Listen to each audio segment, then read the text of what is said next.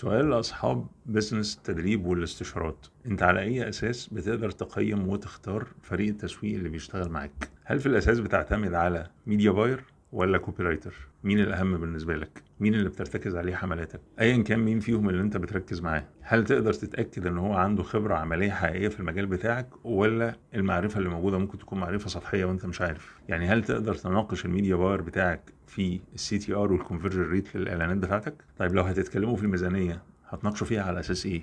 على اساس السي بي ام ولا الفريكونسي، ولا على اساس كواليتي الليدز اللي بتيجي من هناك حتى لو كانت التكلفه عاليه شويه؟ لو انت مش فاهم اساسيات هذا الكلام فبالتالي انت في خطر كبير. ليه؟ لان كتير من الناس بيشتكوا من ان في حملات بيصرفوا عليها كتير لكن العائد منها قليل، ولما بنيجي نخش معاهم في تفاصيل زي دي بنلاقيهم ما يعرفوش عنها حاجه. فانت لازم من النهارده تبتدي تتعلم تسويق، لان في اساسيات لا يمكن ان انت تدير بيزنس حتى لو كان في فريق هيسوق لك من غير ما انت تكون عارف الاساسيات دي. احنا عاملين ورك شوب مجاني لمده ساعه اونلاين هنتكلم فيها ان شاء الله عن كتير من الاساسيات والعناصر اللي انت كصاحب بيزنس مهم جدا جدا جدا تكون فاهمها، سواء كنت هتسوق بنفسك او كنت هتسند الموضوع لفريق تسويق. كمان في اخر الورك شوب هيكون في فرصه انك انت ممكن تسالني اي سؤال يخص البيزنس وانا اجاوبك عليه باذن الله فيما يخص الديجيتال ماركتينج.